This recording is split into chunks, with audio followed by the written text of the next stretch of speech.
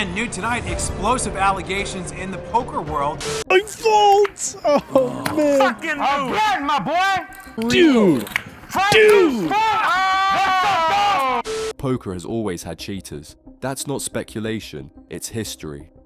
From the earliest saloons of the Wild West to modern-day casinos on the Las Vegas Strip, players have always looked for ways to bend the rules. Sometimes it was sleight of hand, sometimes it was collusion, and sometimes it was outright fraud. What makes poker unique is that cheating has evolved in lockstep with the game. As poker became bigger, the scams became bolder, and what started as a card sharp pulling an ace from his sleeve would one day grow into billion-dollar scandals that nearly destroyed online poker entirely. Let's start at the beginning. In the 19th century, card cheats used everything from marked cards with invisible ink to trimmed edges that could be felt by touch. They even carried mechanical devices called holdouts strapped to their forearms, contraptions designed to secretly swap cards in and out of play.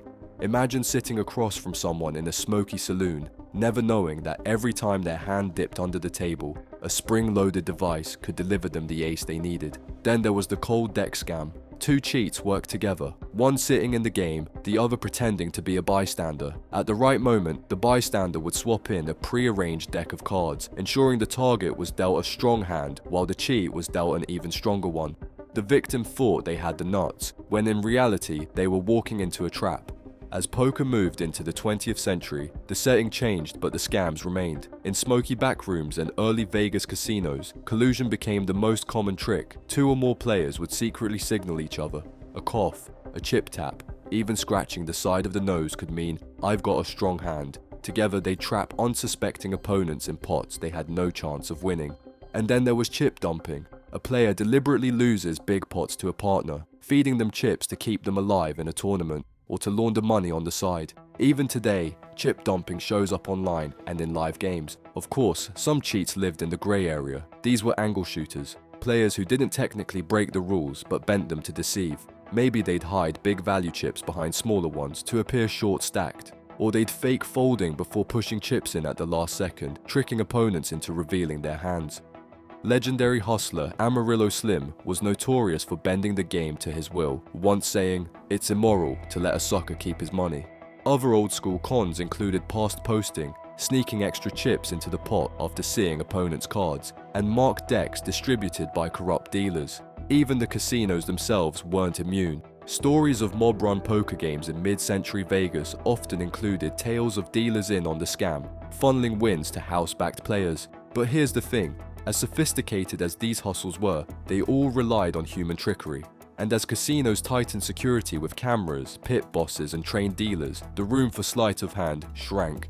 Yet poker was about to make the leap to the digital age. The late 1990s and early 2000s saw poker move online, where there were no dealers, no cameras, and millions of dollars on the line. And if cheaters could find ways to exploit a deck of 52 cards in a physical casino, just imagine what they'd do with computer code. When poker moved online in the late 1990s and early 2000s, it unlocked something new: accessibility. Suddenly, anyone with an internet connection could sit down at a table, whether they were in New York, London, or a dorm room in Sweden. The boom was explosive. By the mid-2000s, online poker was a multi-billion-dollar industry. But with opportunity came temptation. The first wave of cheating came through multi-accounting. Imagine you buy a single ticket into a poker tournament. One chance, one entry, one shot at the prize pool. Now imagine your opponent secretly has 5 or 10 tickets under different names. It's like someone sneaking 5 horses into the same race. Eventually, one is going to cross the finish line. Some players got caught entering the same event dozens of times, giving themselves multiple shots at glory while the rest of the field had only one. For casual players, it was demoralizing. You might think you'd outlasted a huge field, only to bust to someone who had been playing under multiple identities the whole time. And multi-accounting wasn't limited to amateurs. Even respected professionals got caught. In 2006, poker pro Josh Field, better known as JJ Prodigy, was banned after winning an online tournament while secretly playing on a different account. The scandal sent shockwaves through the community and made clear that even the best weren't above breaking the rules. Closely tied to multi-accounting was ghosting. Picture this. A casual player runs deep in a big Sunday tournament. As the prize money climbs, the pressure mounts. That's when they hand control of their account to a seasoned pro. someone who knows the exact moves to make under pressure. To their opponents, it looks like they're playing against a nervous amateur. In reality, they're battling one of the sharpest minds in the game. It didn't stop there. Some of poker's most powerful stables, groups of backed players working under one financial umbrella, were accused of ghosting entire rosters. It meant that when you thought you were facing one opponent, you might have been facing a whole team strategizing behind the screen. But if multi-accounting and ghosting bent the rules, the Absolute Poker and Ultimate Bet scandals snapped them in half. These sites, once household names in the poker boom, hid one of the darkest secrets in the game's history. Behind the scenes, superuser accounts existed, accounts that could see opponents' hole cards in real time. It started with suspicion.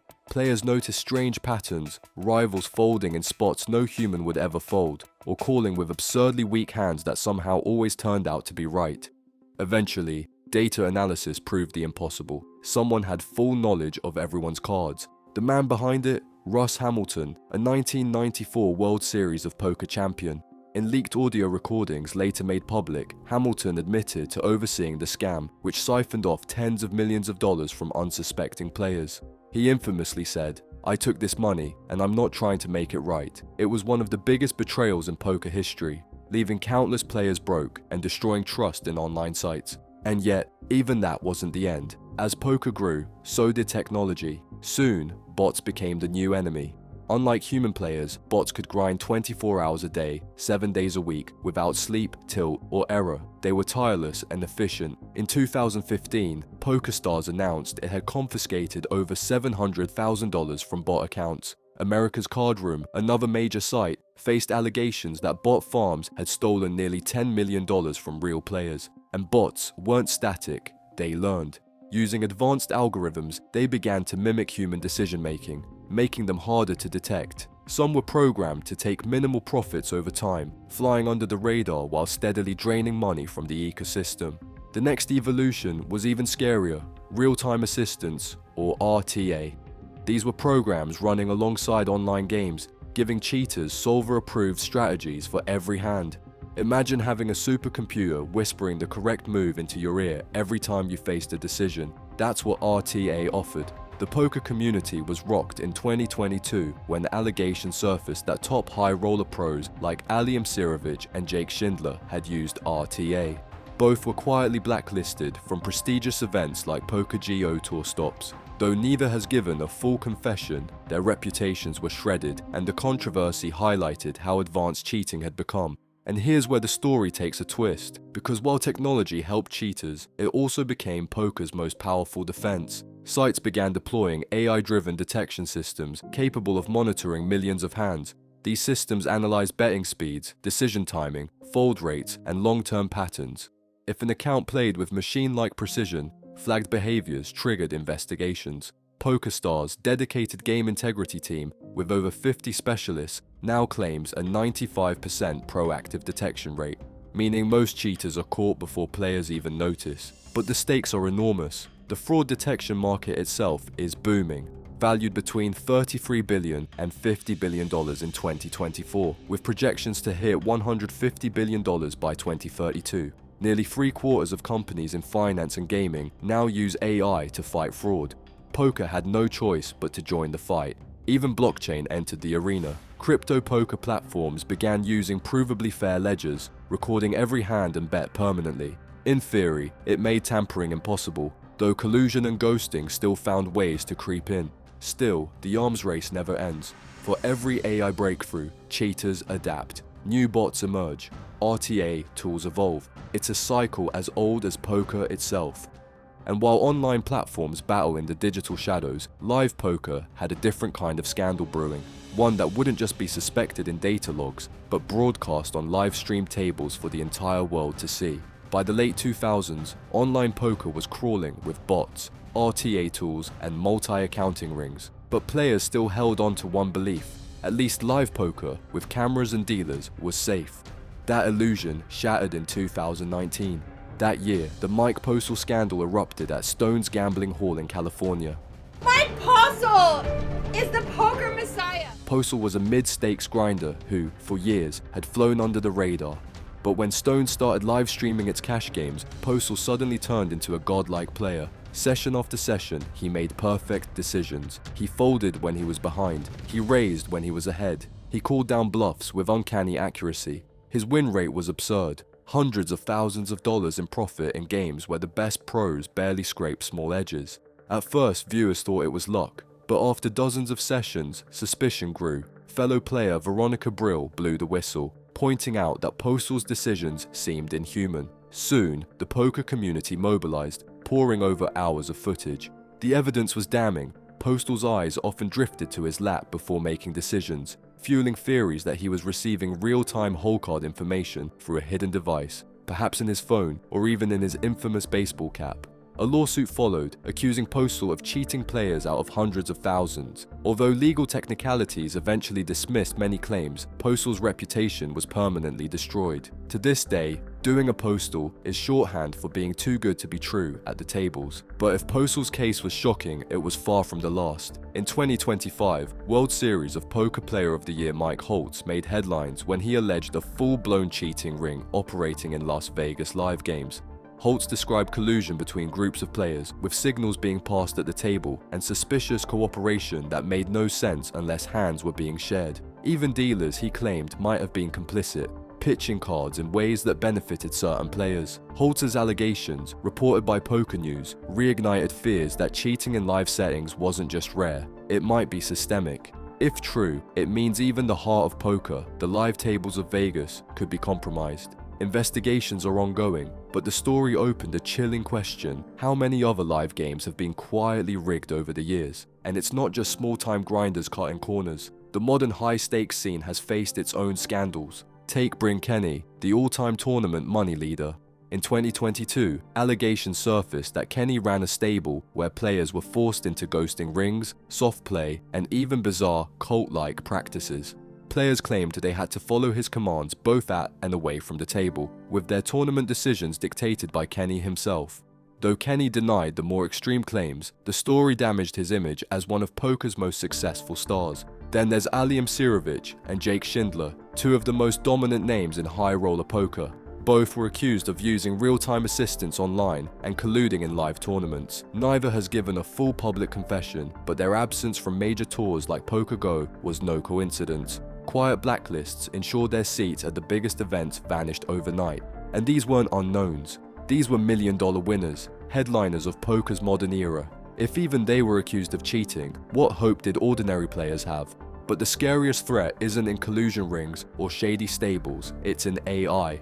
In 2017, researchers introduced DeepStack, an AI poker bot developed for academic purposes. It played over 44,000 hands against 33 professional players from 17 different countries. The result? DeepStack crushed them, winning 49 big blinds per 100 hands, a margin so large it was statistically undeniable. It didn't just beat humans, it obliterated them. And DeepStack wasn't built to cheat players out of money, it was a research project. But the technology it pioneered proved something terrifying. Poker could be solved. Imagine that power in the wrong hands. A bot that doesn't just play well, it plays perfectly. Pair it with RTA tools, disguise its timing, and suddenly an online cheater has an unstoppable machine. Sites like PokerStars and GG Poker know this.